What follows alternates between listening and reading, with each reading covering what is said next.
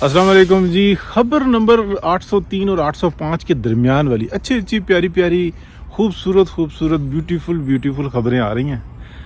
PTI की हिमायत से जीतने वाले जो अरकान हैं वो नून लीग की तरफ जो है ना हाथ बढ़ा रहे हैं, और उनको पता लग गया है कि जो जेन्युइन इलेक्शन हुआ है वो उसमें तो हम बुरे तरीके से हार गए हैं।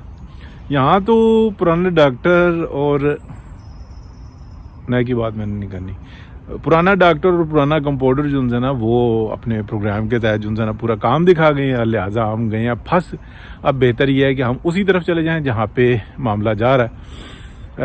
बहरहाल खूबसूरत अच्छी प्यारी प्यारी नेक और पाकीज़ा जो खबरें हैं वो ये बता रही हैं कि अगली जो हुकूमत है वो मरकज़ में फॉर्म होना ज़रा मुश्किल हुई है।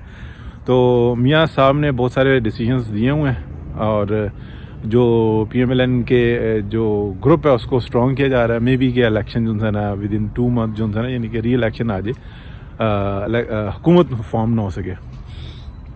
बिलावल साहब अपनी विकेट पे खेलना चाह रहे हैं, जरदारी साहब अपनी विकेट पे खेलना चाह रहे हैं। मौलाना से रब्ता है या मौलाना के साथ जो ज़्यादती की गई है वो बहुत शिद्दत के साथ जो है ना नोटिस के अंदर है, और मियाँ साहब जो है ना वो इस वक्त में मेरा ख्याल है कि अंदर ये इट्स माई हंच कि वो राब्ते में होंगे। और जो कुछ किया गया वो हमारे सामने, जो इलेक्शन का कच्चा चट्टा है ना वो सारा बाहर आ गया, और फॉर्म 45-47 से लेके जो बैलेट पेपर है उस तक की सारी तरतीब जो है ना वो जो है मामला वो सारा आ गया ठप्पा ठप एक ही तरीके से, एक ही हाथ के लगे हुए, एक ही सिमत में लगे हुए जो है ना, यानी कि वो जो स्टैंप होती है ना वो हर दफ़ा में नए हाथ पे नए घूम रही होती है, वो ठक।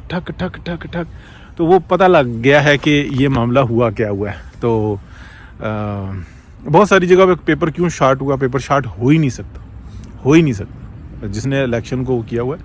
तो देखें प्यारी प्यारी नेक अच्छी दुलारी खबरें आ रही हैं। अल्लाह हाफिज़।